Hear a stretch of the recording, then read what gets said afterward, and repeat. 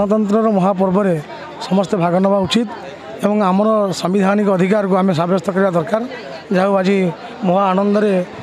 समस्त जाति धर्म दल निर्विशेष भोट प्रदान कर आशा करी आज जो भोट कार्यक्रम चली श्रृंखलार समाप्त हम और लोक मैंने गणतांत्रिक अधिकार को सब्यस्त करेंगे नहीं लोक मैंने बहुत उत्साहित अच्छा आप देखिपे कौ भाई लंबा लाइन लगी लोक मैंने गणतंत्र प्रति माने जो अच्छी अधिकार से अधिकार को सब्यस्त करने